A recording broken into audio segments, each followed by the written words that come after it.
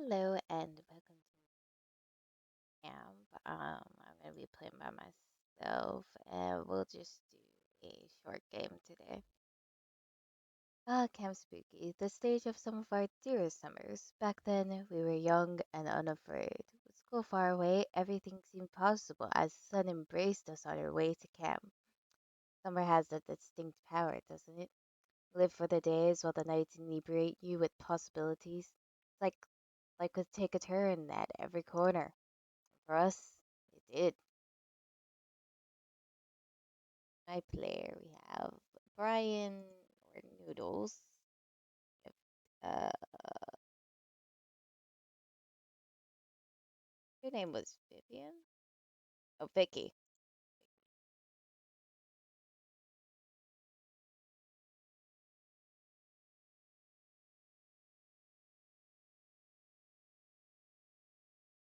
Dan. Oz. I actually haven't played with this one yet. I'll do. I know. This is voiced by Zeno Robinson. Zoe. Always a fun girl. She was dateable in the first game. Amari is my go-to. Sawyer, Modius from Helltaker.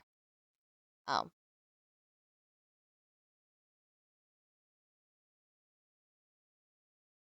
I'll go with Sawyer.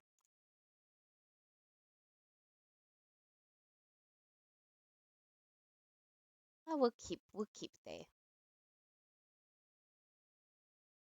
Multi-tube, Pokemon TCG, Instant Post Camera, Book of Orgy Etiquette, MC Griffin EP, Sleeping Beauty Bag, Wood Carving Machete, Scott Snacks, Hellfire Portable Barbecue. Oh well, we have to go with the multi-tool. Yeah, we'll take the wood carving machete and the barbecue.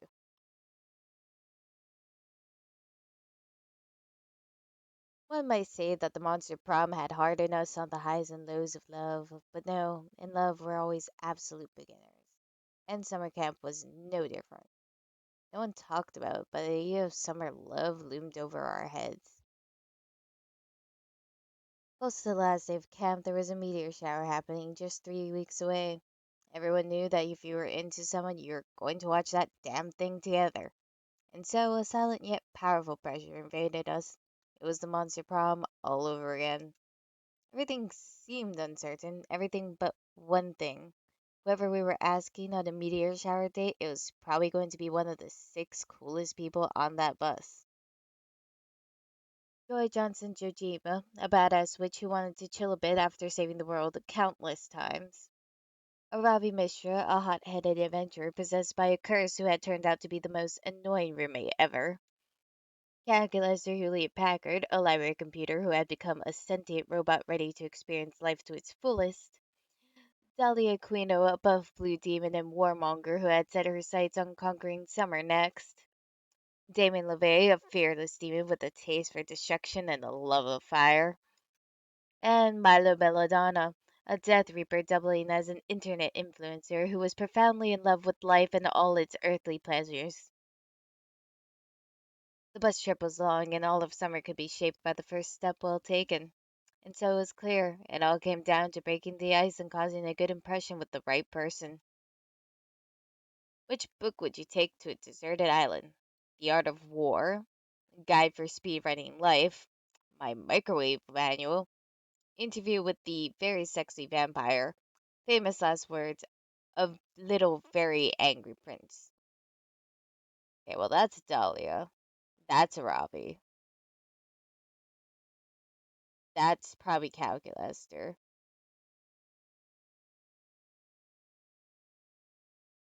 That's probably Joy. Milo. Damien. You're going with Damien.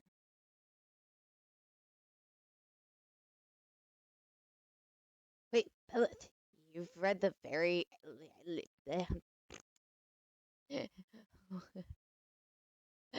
Wait, Beleth, you've read The Little Very Angry Prince too? That's crazy. I thought it was just a book my dad's made up to get me to shut up and fall asleep when I was a kid. favorite line was the last line. Shut up and go to sleep, Damien. Love, Blue Dad. What's your favorite line? We should talk about this more when we get to camp. We only had 3 weeks left to woo our crushes and conquer their hearts. But as I already said, we were young and unafraid, and we were ready to start.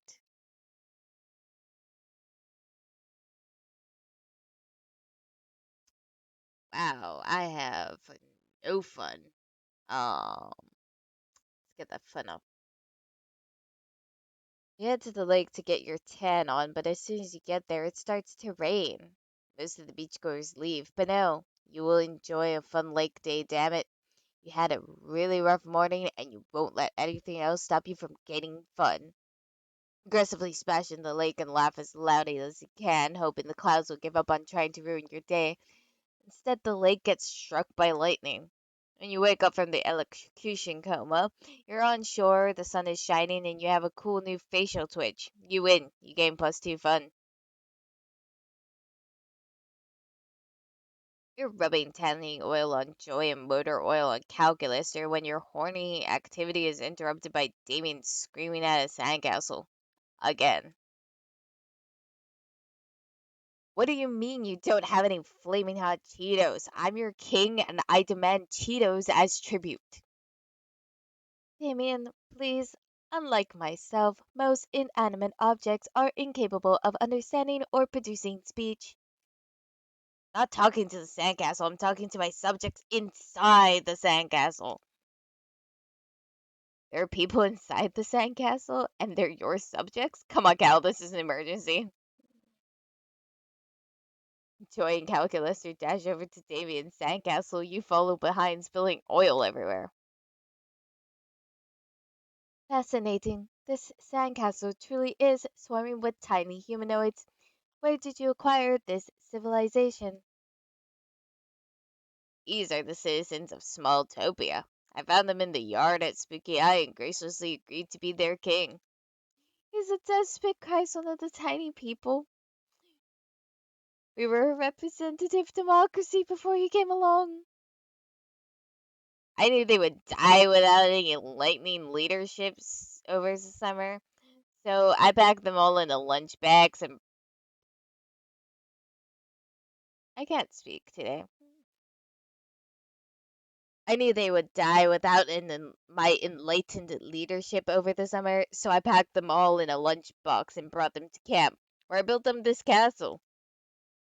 It was a massacre, cries another of the tiny people. That lunchbox didn't even have air holes. Well, duh.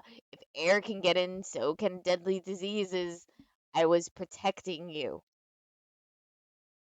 We used to have hospitals and universities, despairs another tiny person. But now all we have is a mountain of sand and broken dreams. Our society is ruined. Ugh, these guys have been such a bummer since I brought them here. Like, they're not even grateful. Tried everything. Threatening them, paying a Ravi to threaten them, threatening to pay a Ravi to threaten them again. What about, I don't know, digging them an irrigation system? Or supplying them with, sorry, or supplying them with microcomputers and learning software. Oh, good idea. Then I can threaten to take those things away if they don't stop moping. That'll cheer them up. You know what? How about Cal and I focus on improving the small token infrastructure? You can help by this is delicate. If Damien's not allowed to help, he will definitely go apeshit. But most of his ways of helping involve going apeshit anyway. Quick, give him a non-destructive way to improve Smalltopia. Help him find some beach-appropriate decorations for the castle. He can't fuck that up, right? Introduce some hermit crabs. They can be Smalltopia's wacky but lovable neighbors. Let's go. Finally, someone who appreciates my aesthetic sensibilities. Oh, yeah, your aesthetic sensibilities. You have those, and I appreciate them. I am not programmed to understand aesthetics, and therefore I can only assume that Damien's are excellent. I appreciate everyone's confidence. And check it out, I already found the perfect shell decoration. It's funny because it looks like a dick. We don't we don't want a huge dick on top of our horrible sandcastle, cries the citizens of Smalltopia. We reject the phallic symbolism as a relic of the patriarchy. Ugh, there's no pleasing these people. Come on, Bellet, let's find a shell that doesn't look like a dick, I guess. You search the beach for hours and finally find the perfect shell. It is haunting in its symmetry, and the sun plays off its surface in mesmerizing rainbow patterns. You wait until the small topians are asleep.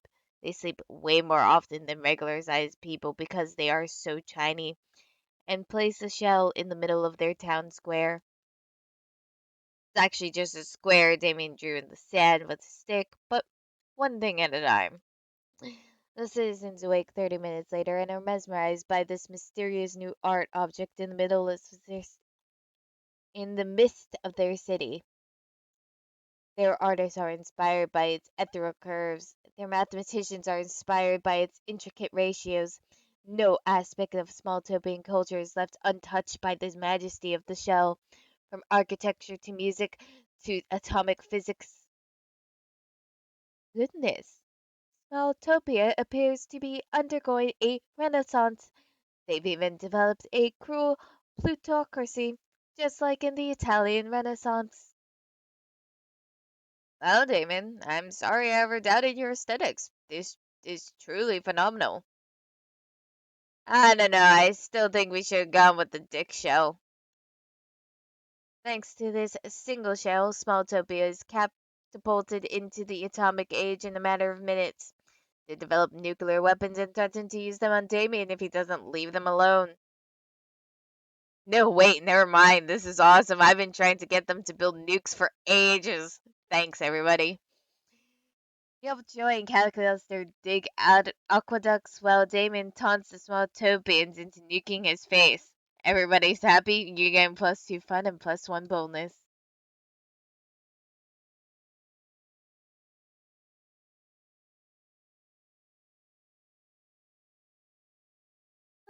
Sawyer, there's no such thing as quiet, but we can certainly try. Just kidding.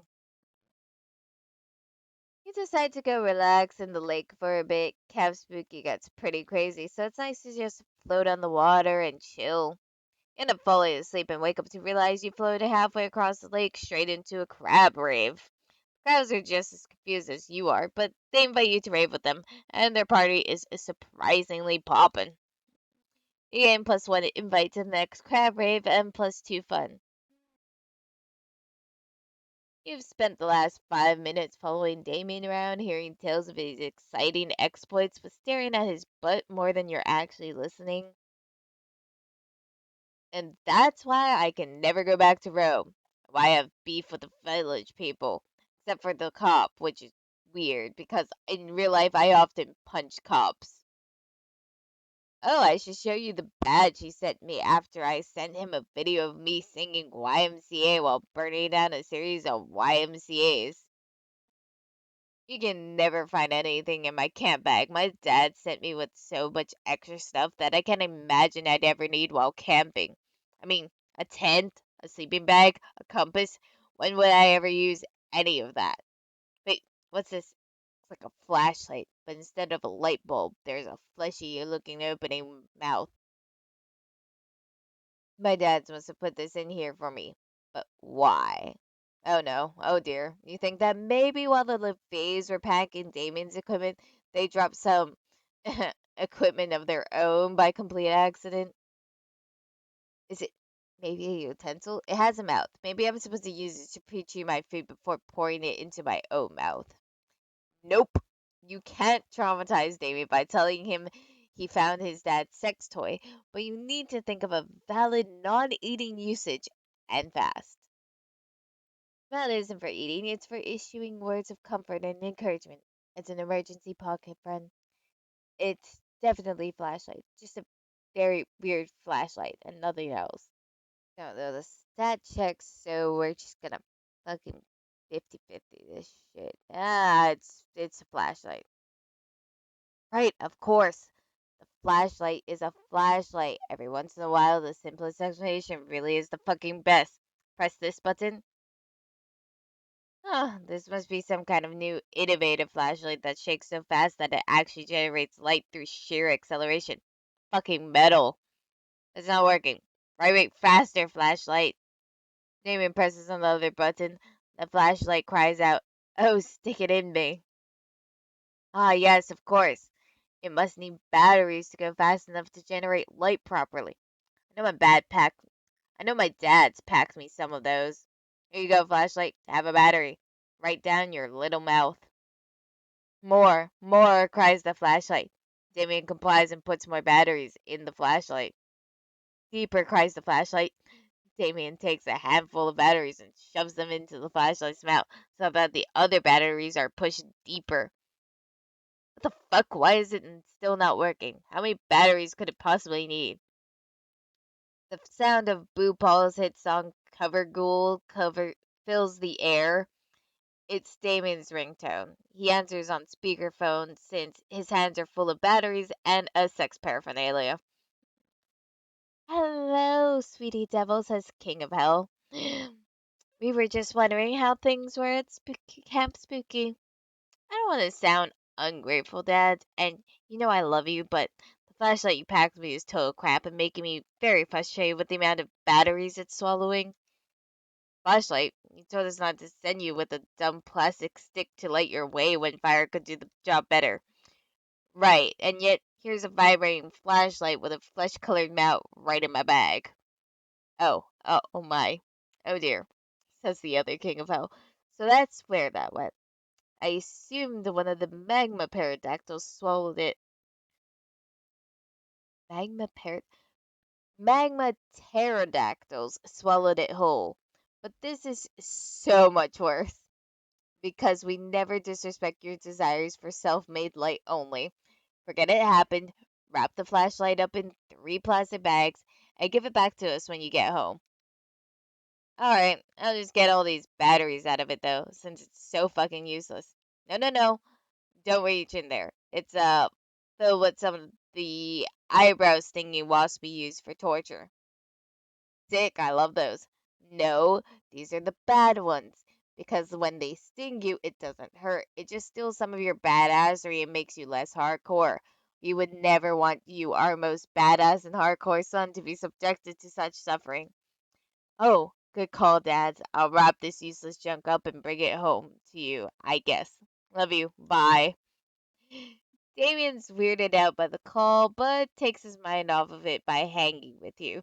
There are no sex toys involved, which in this case is a good thing. +2 bonus and +1 fun.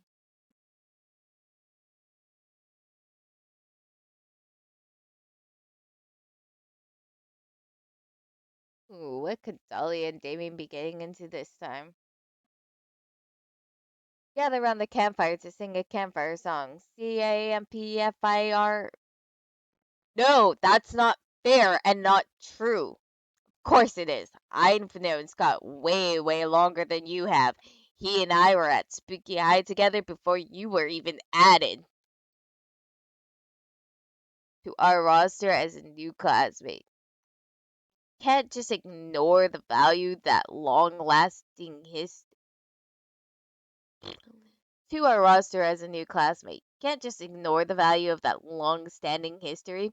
We have a backlog of misadventures you can hope to match. Yeah, well, you'll never match the bonding experience of us going to the gym together as he gets buffed for sports team and I get buffed to destroy you and take back hell. Okay, but I always make sure I bring him freshly baked dog treats from my dad so he knows he's a good boy. Well, I always make sure he's using the strongest, most buff making gym equipment so he knows he's a gooder boy. And I help him with his homework so he knows he's the goodest boy. You only ever have the answers because you copy off of Liam. It's the thought that counts. I'm Scott's BFF. No, I'm Scott's BFF. Huh. This argument doesn't sound like it's ending anytime soon, and although it's the most adorable one you've ever heard, the yelling is kind of harsh in your campfire vibe. Better give them a solid criteria to prove who's Scott's BFF once and for all so you can finish your CAMPFIRESONG song. We all love Scott's cheeriness, but a true friend needs to be there not just for the good times, but also truly understand and empathize when he's feeling blue. Scott needs a friend with a vicious cockatrice that he can unleash at moment's notice from some fun havoc of mayhem. Well, that one says blue, and clearly that means Dahlia, so Davy. Yes, of course. The thing I'm most known for beyond my temper and love for arson is my aggressive and huge cock. A trice. One time, me and Scott let him loose in a mall, and there were Cinnabons. And then one time, he was under the cafeteria table. And one time, we took him to Disney. And one time, we took him to Tokyo. And one time, we took him to Tokyo Disney. Nothing says best friends more than a rock hard cockatrice. Hard as in no mercy, like a hardened criminal.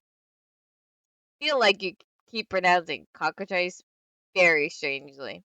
I see your confusion. I was also saying it wrong, but Polly explained it's from Old French. The correct pronunciation is cock, and then a really long pause, and then a trice. Oh, that makes way more sense. So it's like cock, a trice.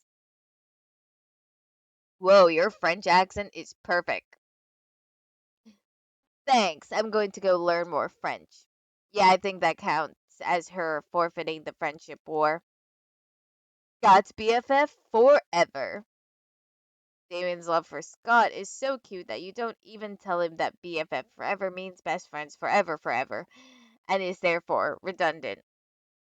That's how much you love Damien. You're not even gonna be pedantic. Wow.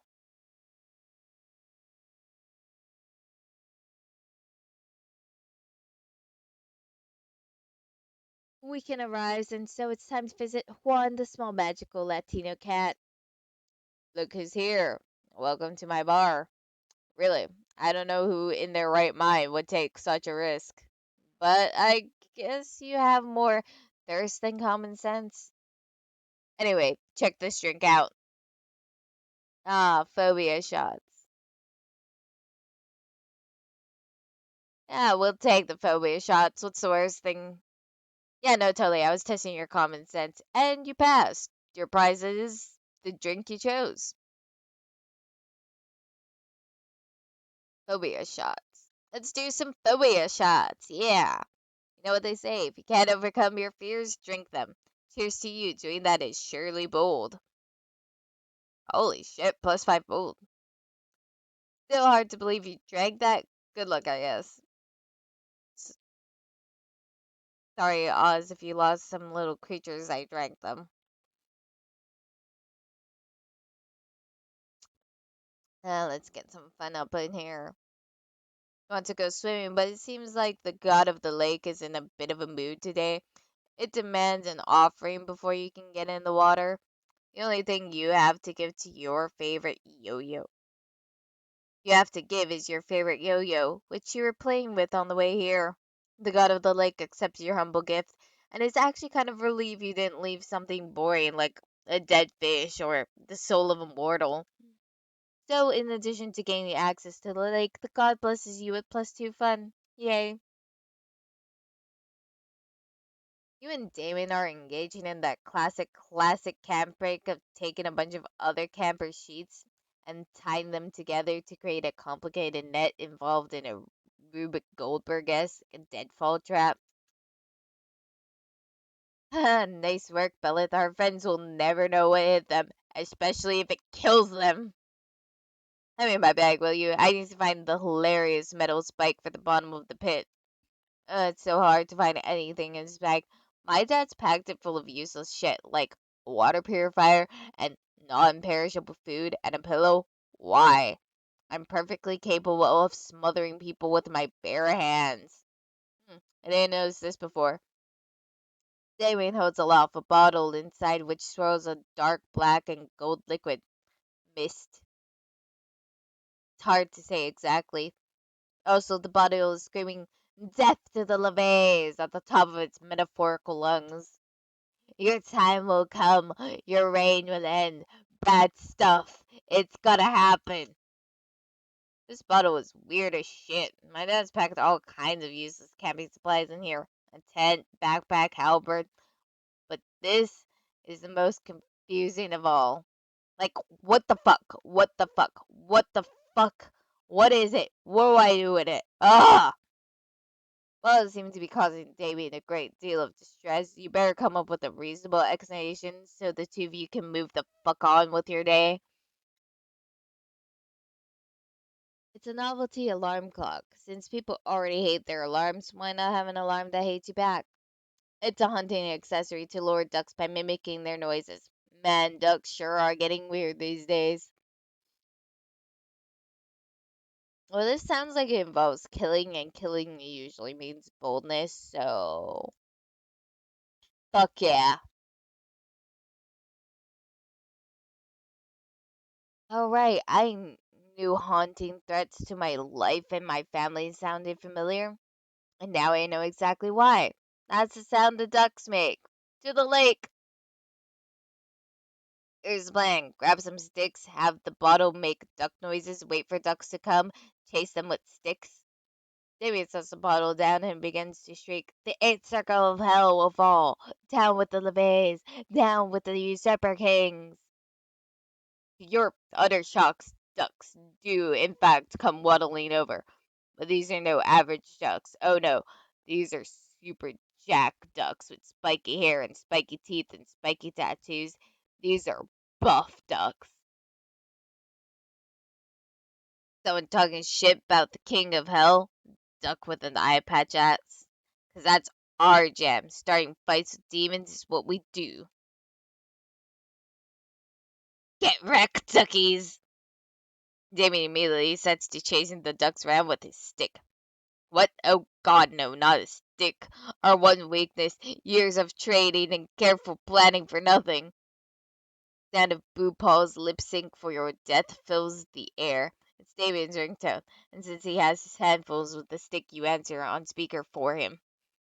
"Hello, our sweet little Prince of Hell," says Stan, the King of Hell. "We wanted to see how you were doing at camp." "I'm fucking awesome. Thanks for the sick duck lure, dads." "Duck lure?" asks Lucian, the other King of Hell. "I don't remember packing you a duck lure, but I was very busy swapping people's eyeballs with the scoop of anthill that day." "Yeah, you gave me a bottle full black and gold smoke that screams endlessly about how much it hates us and wants us dead. You know, a duck lure." "Oh, Lucian, you silly Billy Warlow. I told you to pay more attention when packing Damien's bag. Damien, that's not a lure. That's a lure." "Sorry, what now?" "Allure Vexraz, commander of the rebel armies of the Forbidden Black Flame. When he lost the war, we put his soul into a bottle. I meant to pack a thermos, but I must have packed that instead." "Oh, weird, 'cause it totally brought ducks to us, and some very buff ducks." "Oh," says Stan. "Those must be the dark winged ducks, a group of mercenaries who are sworn enemies to Levays, but who have been in an unknown location for the last 10 years. And you used the soul to discover their location and defeat them. Good for you, son." "I just wanted to chase some ducks around with a stick." "That's our boy," says Stan and Lucian in unison. You and Damien spend the rest of the afternoon happily chasing duckies with sticks. Lose -2 karma for harassing wildlife, but you do get +2 fun and +1 smarts.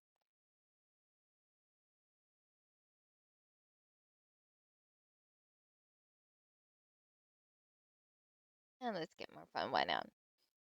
That day, you bring a magazine to read by the lake. The cover story is "How to Gain Fun While Camping with Your 6 Hottest, Most Charismatic Friends." Step 1, go to the lake. Step 2, wait.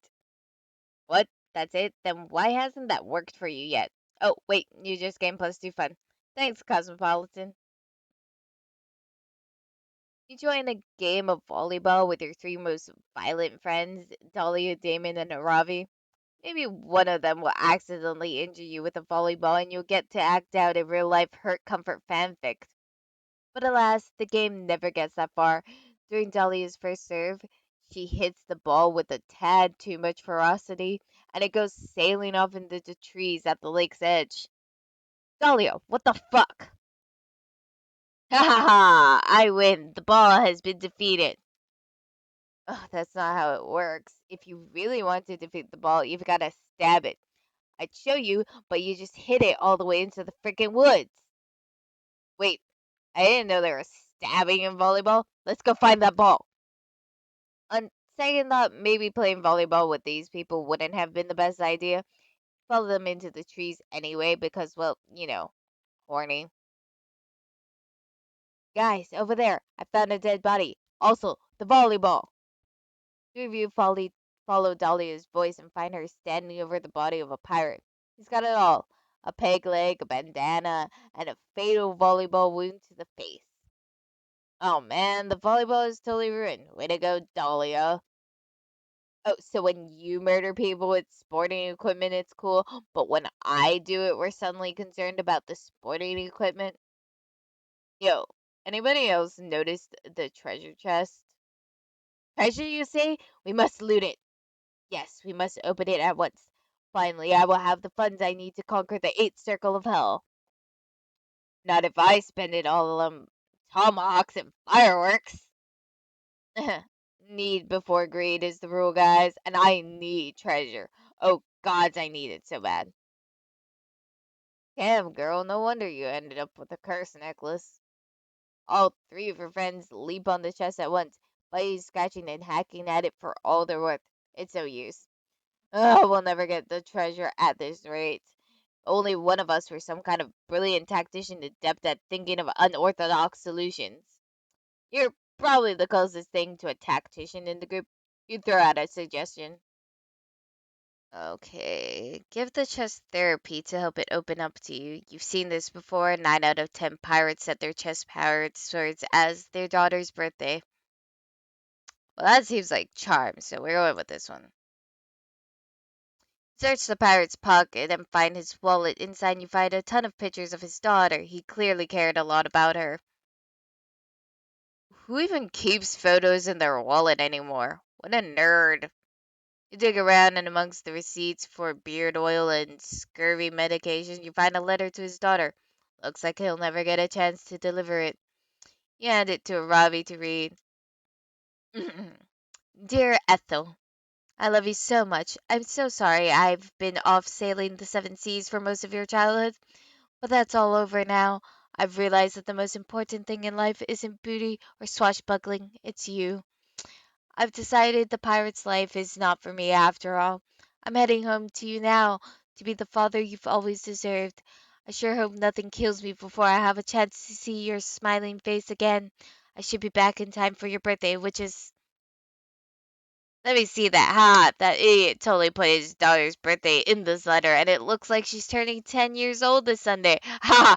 Children are also idiots. With the help of this newfound knowledge, you unlock the chest to reveal the bounty inside. It's 2 volleyballs. Victory! I'd say we came out ahead in this deal, wouldn't you, Beleth? Hell yeah, you did. You accompany your friends back to the volleyball court, laughing and high-fiving behind you. The corpse of the pirate slowly decomposes. Now totally alone, you gain +2 fun and +1 boldness.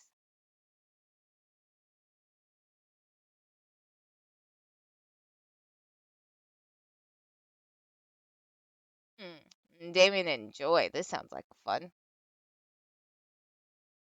You were hoping to make sexy small talk with Joy and or Damien, but they seem to be too busy having unsexy angry talk with each other. There are a million reasons why you can't be the main Coven villain next season, but I'll just start with the most obvious.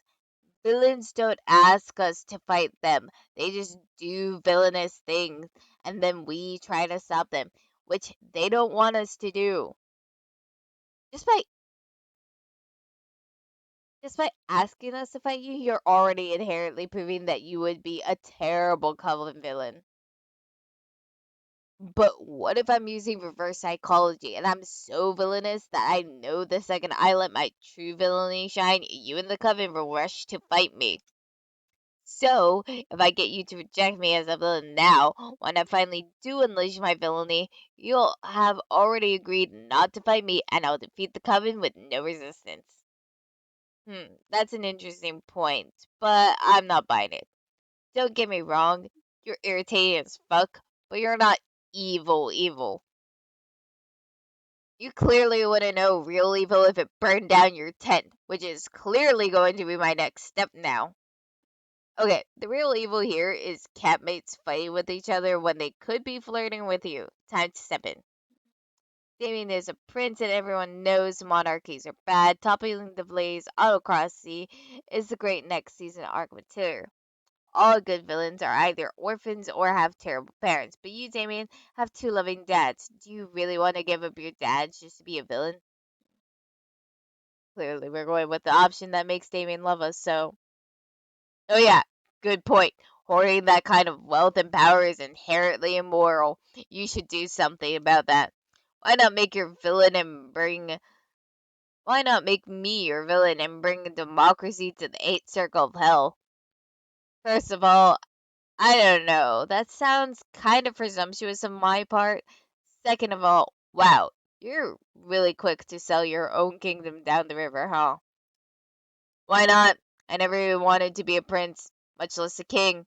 All I ever wanted was to be a hairstylist and also coven villain now.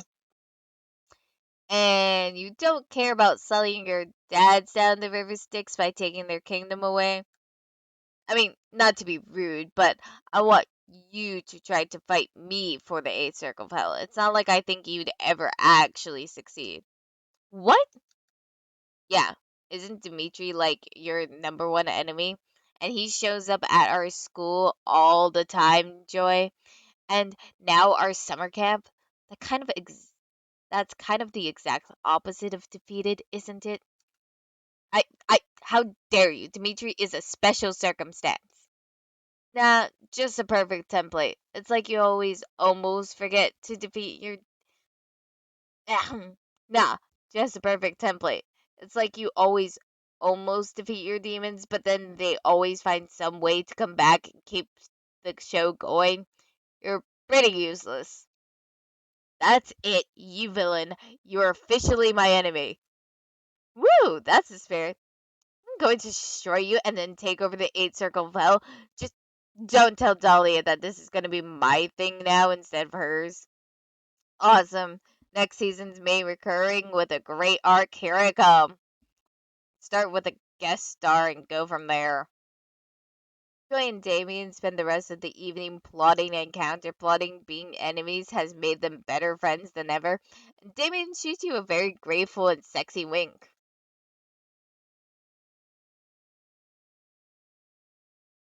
That weekend you feel like getting wasted, so you go visit none other than Juan. Hola. When I started making magical drinks, I never thought people would actually come to drink them. But hey, who am I to judge? Anyway, take a look at this one.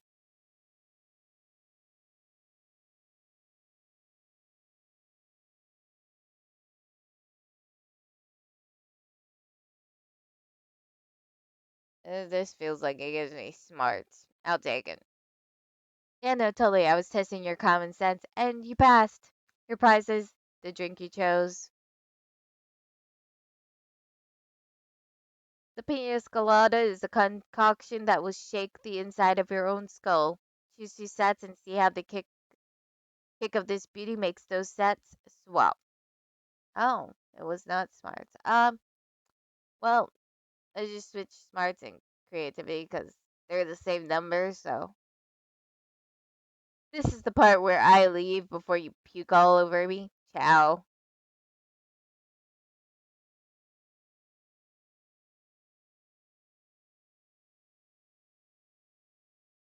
Boldness. That day you find a mirror in the haunted manor, but instead of showing your reflection, it shows you an exaggerated evil version of yourself. Evil, you say? You will never surmount. Oh, evil you says You will never surmount your insecurities. Look at how perfect I am and look at how flawed you are. Nobody will ever love you. Counterpoint, many of your perceived flaws are totally fabricated by greedy companies looking to make a profit by promising to fix things you literally can't control. As soon as you say that, evil you shrieks bloody murder and disappears. Nice. You gain +2 bonus because you're amazing just the way you are. You find Damien Calculus or Milo in the basement. They've discovered a secret room full of creepy artifacts, just like in the movies. And they're lightly fucking with all of it, just like in the movies.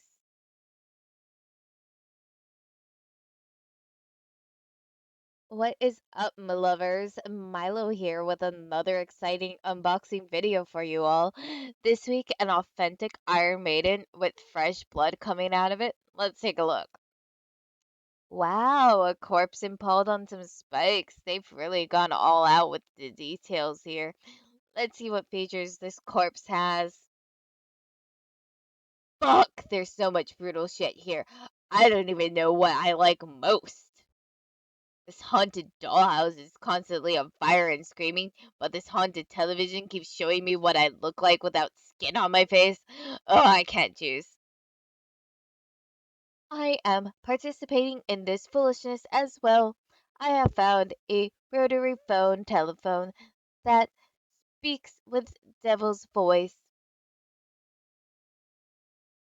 I asked it if we might share a common ancestor, but all it says is blood, blood, blood, and so I am at a loss as to how to proceed. Oh well. You're wondering what kind of zany bullshit you should try to get your friend's attention with when your clumsy ass saves you the trouble by tripping over a power cord. You whack your head on some kind of large box made of glass and metal, and it lights up to reveal a carnival fortune teller? Proof that our future really is the dream of our fantasies. I don't know what that means, but I like how the dummy inside is screaming like an insane person and obviously cursed. I am mildly disturbed by the fact that it is operating despite its power cord not being plugged in. Thank you for activating me, Raz the fortune teller. As a show of gratitude, I will answer any one question about the future. Be forewarned, however, the price for this forbidden knowledge is your soul. Raise your hand if you have a soul. Nobody? Sick. Free future knowledge. Somebody ask a question. Oh, I have a question. Can you all believe how lucky we are to be alive at this point of history? I think he meant a question for the fortune teller, friend Milo. Oh, nope. The only thing I question is my own limits daily, as should we all. This is the opportunity you've been waiting for. Ask us questions so good it will make your friends want to have sex with you later. What slang will be cool in 20 years? It's important to stay ahead of the curve. You know the future. Why don't you tell us what question we're gonna ask? This sounds like fun, so wow. You'd be surprised how often I get that question, says the fortune teller. Very well. In 20 years, the most popular slang phrases will be teasing the weasel, fooling an asshole into thinking he's having sex with you when he's actually fucking a tube of Pringles, poon sextant, a gender neutral alternative to wingman, and putting your jelly on the possum, a term for the popular future practice of putting actual jelly on possums. Also, all cowboy slang will once again be in fashion. You're welcome. Finally, a term for my preferred method of deflecting unwanted sexual encounters. I'm not alone. And I'll finally be able to utilize wing persons of all genders. I'm gonna put jelly on so many possums. I don't think you're using put jelly on the possum correctly, Damien. It is not a sexual euphemism. I know. Those were the two unrelated statements. I apologize for improperly parsing your statement. partner. Oh shit, it turns out that Calculuser is extremely passionate about Wild West slang. He spends the next several hours teaching you all to swear like cowboys. You call Damien a low-down, biscuit-eating cabbage thief, and he doesn't even stab you for it. You get plus 9,000 gumption, plus 2 fun, and plus 1 boldness.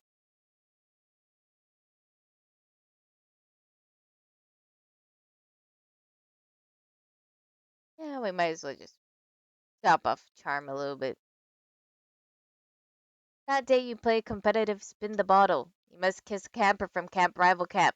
It's a long, intense kiss in which your tongues wrestle mercilessly. You apply some unexpected biting, since that's currently very high on the meta, while holding the back of their head to prevent an untimely escape. You win at kissing, it goes without saying.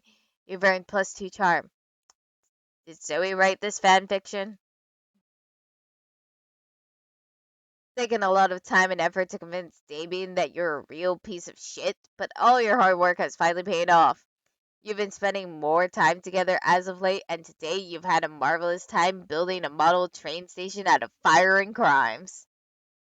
Alright, one last tiny felt tree at the picket fence and petty larceny by the crossing sign, and it should be just perfect.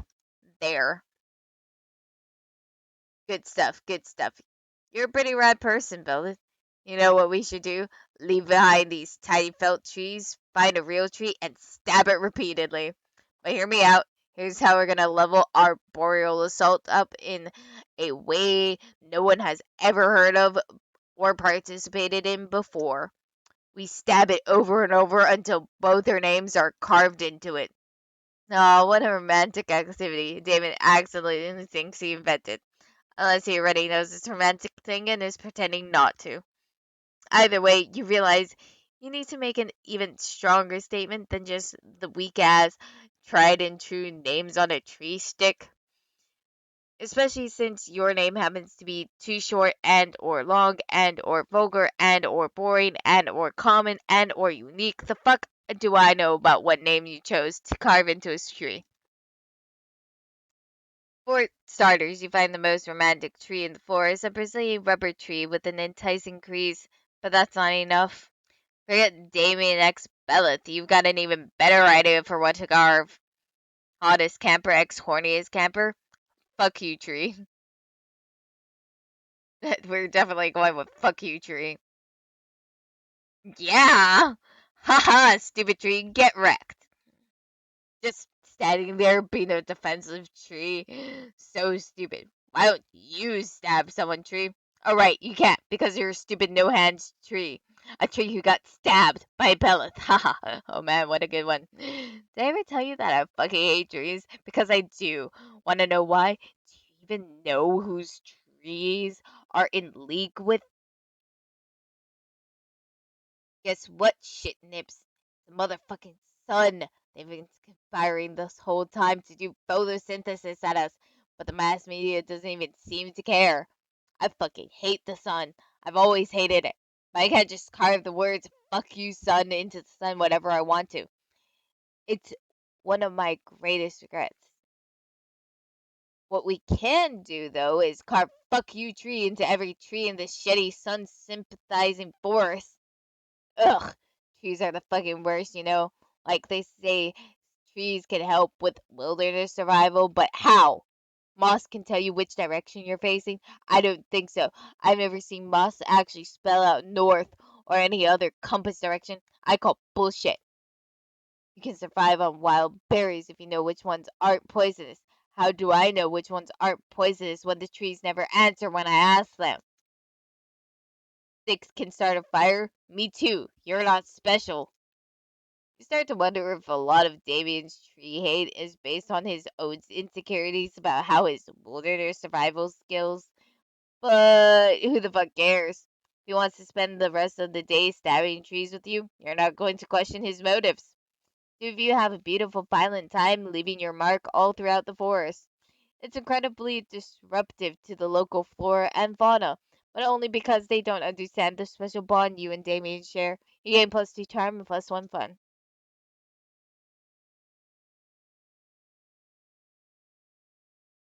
Time to ask how Damon. Finally gathered the courage and asked your beloved to watch the meteor shower with you. Want to be my summer fling, huh?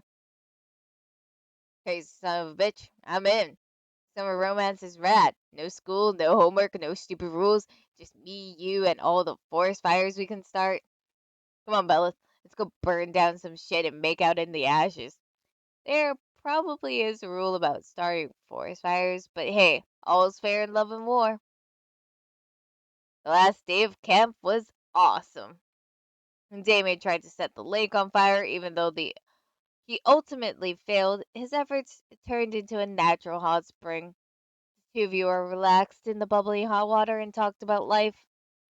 Crazy intense Damien is great, but relaxing hot springs Damien is even better and a lot more naked.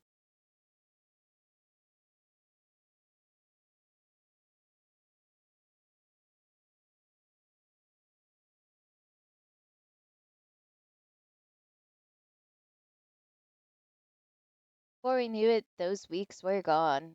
Felt like a hot minute and it felt like an entire lifetime.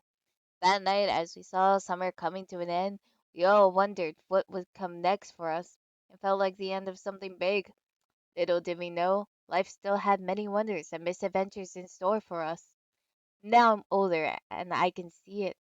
How those years become the foundation of the mythology of our lives. Broken hearts turned tragedies sung for centuries. Wild nights became epics treasured forever.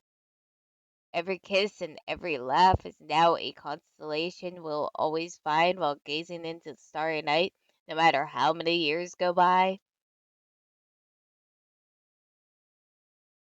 Even today, I can still close my eyes and I'm there, on that last summer night, feeling like I was just starting to live life. With all my friends around that campfire, so young and unafraid, and so ready to start.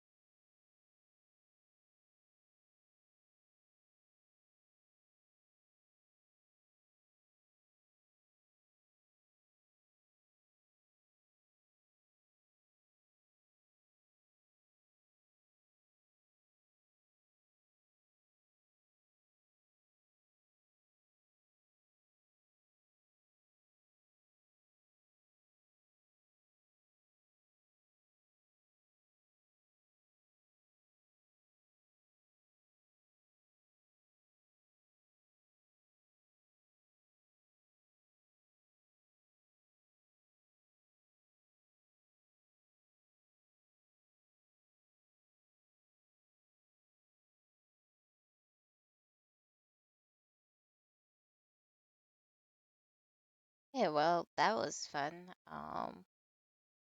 Guess I'll see you guys in whatever I play next. Bye.